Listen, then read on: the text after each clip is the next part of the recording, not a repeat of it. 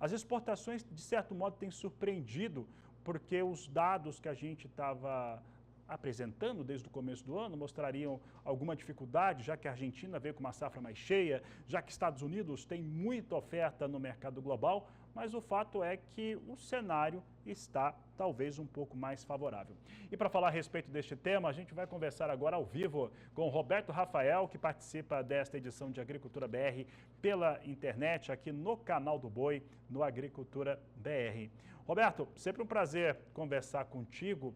E eu vou começar te perguntando a respeito de como você está vendo essa demanda pelo cereal brasileiro nesta safra 25-26, nessa oferta da segunda safra, que muitos acreditavam que o preço cairia muito. Esse preço ele vai mantendo ali alguma estabilidade já com a nossa colheita bem adiantada. Você esperava um cenário como esse? Boa tarde, seja bem-vindo.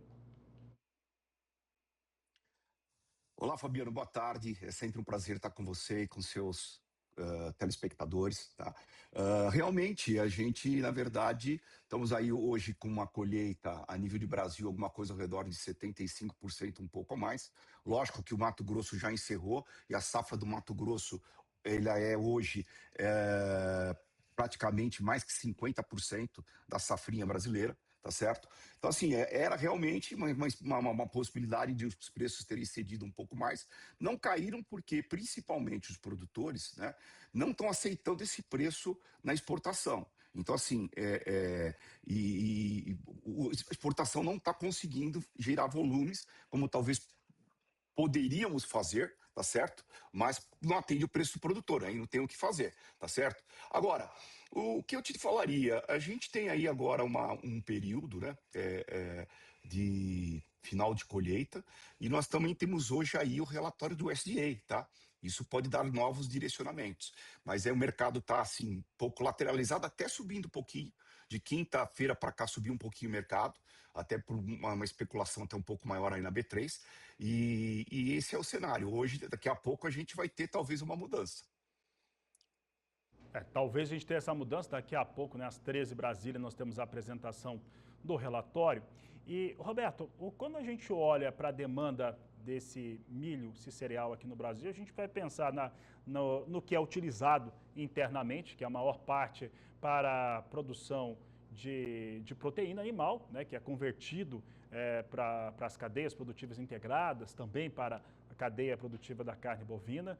Aí nós vamos ter exportação e temos também a demanda por etanol, né, das usinas que trabalham com etanol de milho. Como é que está o equilíbrio esperado em relação a estas demandas frente à oferta brasileira na campanha atual? Olha, Fabiano, a gente trabalha aqui, pelo menos a gente vê muitas as consultorias, eu sigo muitas informações de entidades governamentais ou entidades particulares que soltam informações de como é que está produção, como é que está consumo, como é que está. Então tem um número nosso, né? Não é um número de pesquisa de campo, mas um número que a gente costuma acertar assim, muito próximo da realidade. A gente está trabalhando esse ano aqui com um consumo de 103 milhões de toneladas. Tá?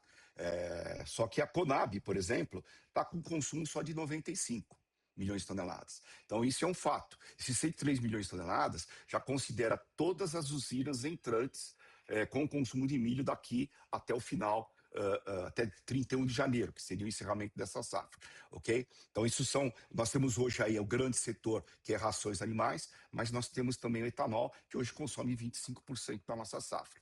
Agora, a oferta é grande, né? A oferta é grande, a gente está falando aí com uma produção total ao redor de 145 milhões de toneladas, né? E com os números que a gente está colocando aqui de exportação, se a gente chegar em 40 milhões de toneladas, nós vamos ter que, inclusive, ter bons meses aí pela frente, porque as nossas exportações esse ano estão aquém do que a do ano passado. Temos aí 4 milhões de toneladas nos portos, né? Uma expectativa de 5 milhões e 200 mil toneladas de exportação agora no mês de agosto. É menor do que a do ano passado. Então, Então, assim, a gente ter aí esse balanço, né, com essa produção 150, você sempre tem uma importação aí de alguma coisa ao redor de 1,5 milhão, 2 milhões, mais um consumo de 103. Aí você tem uma exportação de 40 milhões de toneladas, a gente vai terminar o estoque de passagem com alguma coisa ao redor de 20 milhões de toneladas livre. E ainda teria mais 10 milhões já compradas por indústrias que fazem estoques reguladores para passar o período entre safra, principalmente a de etanol. Então, assim, o que eu queria dizer é o seguinte: hoje nós estamos com um preço um pouco melhor, mas o produtor não pode perder esse horizonte, porque daqui até o final da campanha, se tudo continuar assim, se não tiver nenhuma surpresa também nos Estados Unidos, né? A gente acha até que o relatório hoje pode ser neutro, mas pode ter surpresas, tá? Apesar de reduções de estoques de produção dos Estados Unidos e estoques também de passagem dos Estados Unidos, a gente acha que pode ser neutro um pouquinho até autista, mas podemos ter alguma novidade que pode tanto jogar o mercado para baixo como o mercado para cima, né? Então, assim, o produtor não pode deixar de ver essa questão, que é ver realmente como é que está a safra americana. Como você falou, nós temos uma boa exportação, uma exportação da Argentina esperada de 46 milhões de toneladas. O ano passado foi menos de 30, né? Então, assim, o produtor tem que ver que esses preços, se esses volumes de estoque permanecerem no Brasil, tá certo? E isso será porque houve uma ausência de venda de produto na exportação, porque excedente de produção nós temos que exportar. Mas é lógico, não está dando preço, e entendo que o produtor tem a sua razão e está esperando um momento melhor, tá certo? Mas o tempo vai se encurtando, né? Vai se encurtando, porque aí em janeiro a gente já tem uma necessidade de abertura de espaço, enfim. Então é algo que o produtor não pode perder esse horizonte. Os preços melhoraram. Se você pegar uma B3, por exemplo, você tem em março R$ 78, né? R$ 78 é quase o preço de importação de milho, se nós fizéssemos lá para março, para o Nordeste, né? Então, assim, ele já está muito, realmente subiu bastante, então pode-se aproveitar isso aí, você está entendendo, Fabiano? Então, acho que o mercado, o produtor tem que ver tudo que passa na mesa dele, o que ele pode aproveitar.